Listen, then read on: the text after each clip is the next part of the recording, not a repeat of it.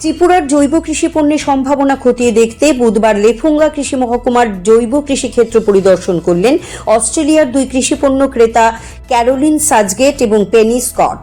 তাদের সফরে বিশেষ আগ্রহ দেখা যায় ত্রিপুরার আনারস, আদা এবং সুগন্ধি চালের প্রতি।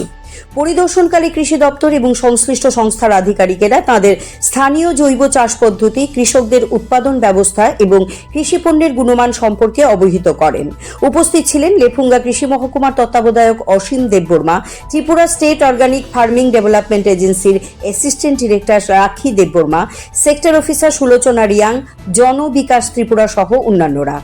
ত্রিপুরায় জৈব কৃষির প্রসারের ফলে কৃষকদের সামনে দেশ বিদেশের নতুন বাজারের সম্ভাবনা তৈরি হয়েছে। বিশেষ করে আনারস, আদা এবং সুগন্ধি চালের স্বাতন্ত্র্য আন্তর্জাতিক ক্রেতাদের আকর্ষণ করতে পারে বলে মনে করছেন সংশ্লিষ্টরা। বিদেশি ক্রেতাদের সঙ্গে সরাসরি যোগাযোগের ফলে কৃষকেরা আন্তর্জাতিক বাজারের চাহিদা অনুযায়ী গুণমান, প্যাকেজিং, সংরক্ষণ এবং প্রক্রিয়াকরণ সম্পর্কে আরও ধারণা পাওয়ার সুযোগ পাবেন।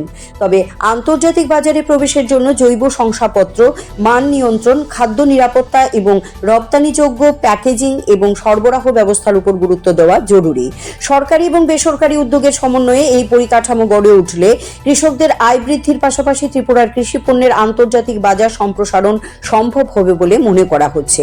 জৈব কৃষি প্রসার এবং বাজার সংযোগের ক্ষেত্রে কৃষি এবং কৃষক কল্যাণ দপ্তরের মন্ত্রী রতনলাল নাথ এবং টিএসও এফডিএ এর মিশন ডিরেক্টর রাজীব দেববর্মার উদ্যোগের কথাও এদিন তুলে ধরা হয়। অস্ট্রেলিয়ার ক্রেতাদের এই সফর ভবিষ্যতে জৈব ত্রিপুরাকে আন্তর্জাতিক বাজারে একটি শক্তিশালী ব্র্যান্ড হিসেবে প্রতিষ্ঠার সম্ভাবনাকে আরও জোরদার করেছে।